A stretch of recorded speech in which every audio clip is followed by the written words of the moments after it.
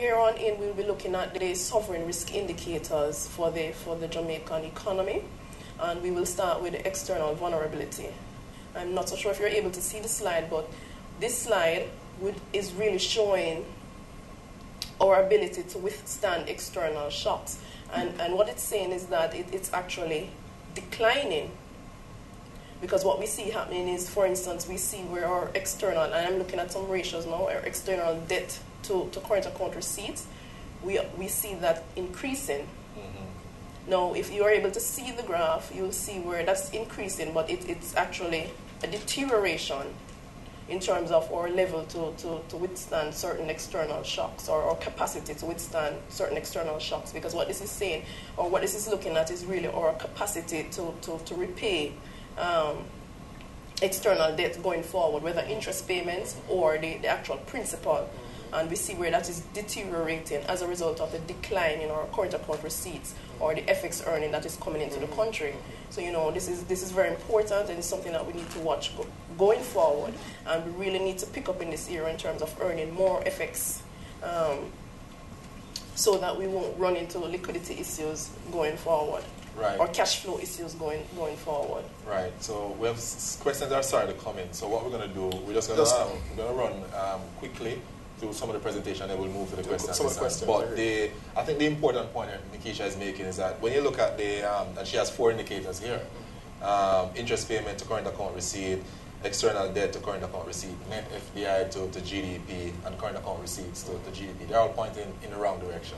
Yet they're showing that over the last 2 years, certainly over the last year, our vulnerability has increased, right? Which is definitely not a good situation, especially when you have a fair amount of foreign debt, right? It's telling us that our ability to service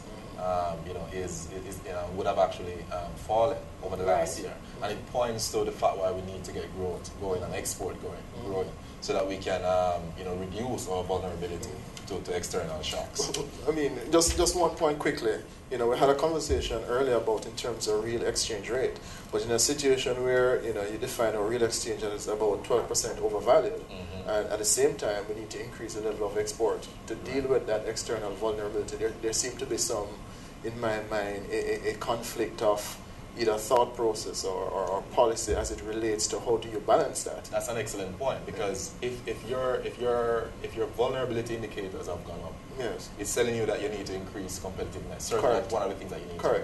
And certainly, therefore, your real exchange rate should not be appreciating from a logical perspective, right? Which is why I'm saying the policy, it seems a little bit confusing to me, because it seems that there is a determination to keep the nominal rate at a particular level, right? While the real exchange rate is rising, which is affecting your competitiveness. But couldn't it be because the economy is so dependent on imports, right? It is more in line with having a policy where you have an undervalued currency because you're so dependent on imports to, in terms of going in your goods and your manufacturing sector. Well, having an undervalued currency, what you're doing, you're subsidizing imports, right? So that's essentially what the policy boils down to, which can't be a good policy. All right. So we have a few questions, and in terms of timing, of course, we want to respond to our viewers on Facebook and internet. The questions are: what are your views to the current or the present macroeconomic plan of the government in controlling debt? Right. Essentially, Sorry, can you repeat the question? Yeah, repeat the question. What are our current views on the government's plan to control debt? Right. And can I just say that before we deal with that question, Nikeisha has some slides here to deal with that exact point. Okay. And let us go through that quickly, and then we're going to come back to the question. All right, so the next indicator that we wanted to look at is actually on the fiscal side. So what we want to see, what we're actually showing is, we continue to see an improvement and in the fiscal accounts, where our fiscal deficit, the fiscal deficit that we're expecting for this fiscal year is lower than for last fiscal year. So we're seeing some improvements there, and we're also seeing some improvement in terms of the debt servicing cost as a result of, and this has emanated from the JDX, with the extension, in the maturity profile, and also lower interest costs. So we're seeing some improvements on that front. And in terms of what we are projecting for the fiscal year 2011-12, which is the next fiscal year, we're thinking that the fiscal balance or the fiscal deficit will amount to about 4.8% of GDP, which is actually lower than what they have in their projections. In their projection, and also a primary balance of about 6.2, which is also lower than what they have. But not to spend much time on that. Our major concern from this now is the debt levels going forward. So while in the near term we see some improvements on the fiscal side, I mean the continued high level of debt that we have will affect us going forward. Maybe not in the near term, in the next year, but I mean subsequent to that we see issues arising as a result of the debt levels that we have now. So when we look at the debt indicators now, or when we look at debt, gross debt, public debt, we see where Jamaica's debt has grown exponentially over the years. I mean, if you look at from 1991 to now, we have a graph that shows you the exponential growth in debt levels. And when we go further now to kind of analyze what's happening with the debt in terms of GDP or relative to GDP, we see where the debt will not fall as aggressively as we would want it to fall. We did a rough calculation to predict what the necessary primary surplus or the required primary surplus in order to put our debt on a sustainable path, and that amounted to about 7.7% of GDP. Now, based on our projections and based on what the DOJ has projected, we still won't be on that sustainable path that we would need to be based on that calculation.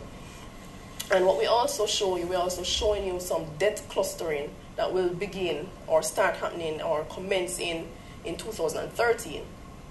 So we see 2013, 14, and 15, we see some clustering, like similar to what we saw before the JDS, with the clustering or the bunching of debt.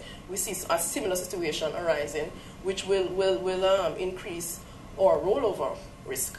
In terms of the debt rate and against the vulnerability again, which is always a concern, is will the capital markets be in a position at that time to absorb in terms of those debt levels, and assuming that there's any potential external shocks to the worldwide economy, that risk factor would be significant. Yeah, so I think the point, just to reiterate some of what Nikeisha said, is the debt, and it relates to the question that's asked. Because ultimately, how you deal with that debt, right, is to run a larger primary surplus and to grow the economy.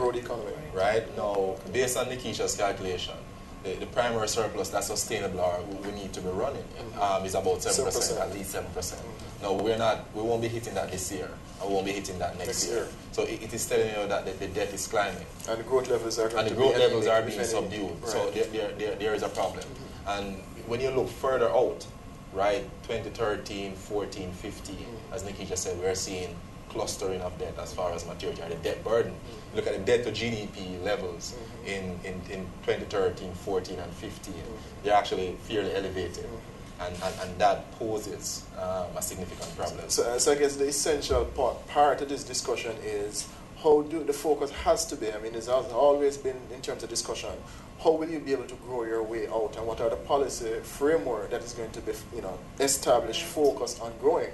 Right, and that has to be the main aspect of this year's budget. Right. So come this year's budget, we have to start to see a clear policy that addresses the growth issue, that addresses the debt issue, because it is, while we have some breathing room, and while we have the IMF to kind of give us the backstop as far as confidence is concerned. So pretty much have a window of about a year, 2 years. Right. After that goes away, especially after that IMF agreement ends, right, we're still not out of the woods. And we need to start charting a clear path, right, how we're going to address growth and how we're going to address ultimately the debt burden.